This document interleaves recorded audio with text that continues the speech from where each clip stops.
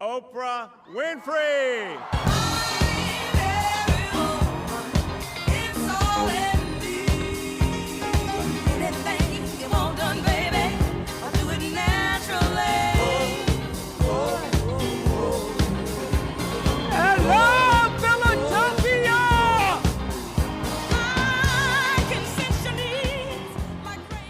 Philadelphia, I am here with 10 first-time voters for Philadelphia.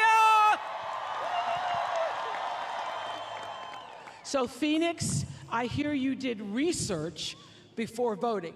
I did. It was really important to me that the policies that Kamala Harris has proposed for women's reproductive rights and education equality are what led me to cast my ballot for her. Fantastic.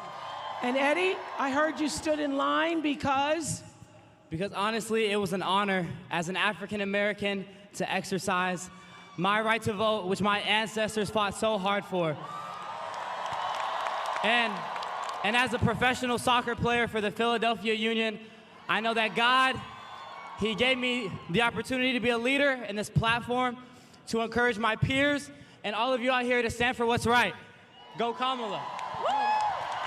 And Sophia, you haven't voted yet, but you're getting up at what time tomorrow to go vote? 7 a.m. 7 a.m. when it's open, okay? And my family's from Puerto Rico, so voting. Puerto Rico! So voting this election just means so much to me, and I plan to become a future OBGYN, and I'm so excited to vote for Kamala Harris to ensure my future patients' freedom. That's fantastic. We need more female OBGYNs. And so all of you are voting tomorrow morning, getting up early, voting tomorrow morning. Thank you for exercising your freedom of expression and your power as citizens of this country. How many first-time voters? Raise your hand, first-time voters. Beautiful to see you. Thank you all for coming here tonight and representing all the people who will be voting tomorrow. Those of you who have not voted, thank you so much. You know, on January 20th, 1961, President John F. Kennedy issued a challenge. He said, ask not what your country can do for you, ask what you can do for your country. Well, I'm here to tell you that what you can do for your country, what you can do for democracy here, and what you can do for the spirit of John Lewis and all the others who dared to walk across that bridge in Selma and fight for justice for us all.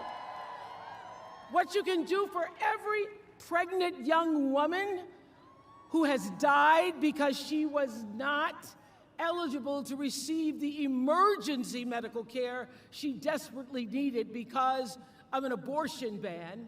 What you can do for yourself and what you can do for everyone and everything you cherish is vote. And if you are watching or hearing me right now and you haven't already, you have got to vote. And listen, I know that some of you are feeling burnt out and bruised and maybe inconsequential. Nothing could be further from the truth. Every single vote, every one is going to matter. That's why I've come to Philadelphia tonight. And yesterday, I was all the way across the country, and I was hiking on a Sunday afternoon, and I met a woman named Angela, who told me that she was going to sit this one out. Now, I know she was immediately sorry she told me that, because I would not let up. So I said, sit this one out. We don't get to sit this one out. If we don't show up tomorrow, it is entirely possible that we will not have the opportunity to ever cast a ballot again. And let me be very clear. If you do not make sure that the people in your life can get to the polls, that is a mistake. Deciding not to decide, that is most definitely a vote to let other people control your future.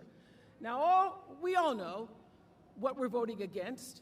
So I want to end by reminding you about a few things that we're voting for. We are voting to defend and protect the Constitution of the United States. We are voting for values. We are voting for values and integrity. We are voting for the right to choose what happens to our own bodies.